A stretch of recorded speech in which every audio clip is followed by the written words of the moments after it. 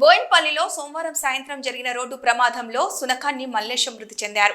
Tractor ఢీకొనడంతోనే మృతి చెందాడని మృతుని బంధువులు ఆరోపిస్తూ మృతుని కుటుంబానికి న్యాయం జరగాలని అంబేద్కర్ చౌరస్తా వద్ద పెద్ద ఎత్తున ధర్నా నిర్వహించారు. దాదాపు 5 గంటల నుండి ధర్నా నిర్వహిస్తున్నారు. రూరల్ సిఐ స్థానిక ఎస్ఐ సంఘటనా స్థలానికి చేరుకొని నచ్చజెప్పే ప్రయత్నాలు చేస్తున్నారు. మల్లేశం కుటుంబానికి న్యాయం జరిగే వరకు అంత్యక్రియలు చేయనివ్వమని మృతుని తరపున బంధువులు, స్నేహితులు డిమాండ్ చేస్తున్నారు. మృతురారి భార్య గంగజల వారి కొడుకు కూతురితో రోడ్డుపై ఎండలో బైఠాయించి న్యాయం చేయాలని బోరున విలపిస్తూ ఉన్న తీరు పలువురిని కలిచివేస్తుంది. Vemulawada rural CI Srinivas, SI Prithvidhar గౌడ్లు న్యాయం చేస్తామని చెప్పే ప్రయత్నం చేసినా ధర్నా విరమించడం లేదు. తమకు న్యాయం చేస్తామని హామీ ఇచ్చేంత వరకు ధర్నా విరమించేది లేదని బోయిన్పల్లి బస్టాండ్ అంబేద్కర్ చౌరస్తాలో ఎండలో బైఠాయించారు.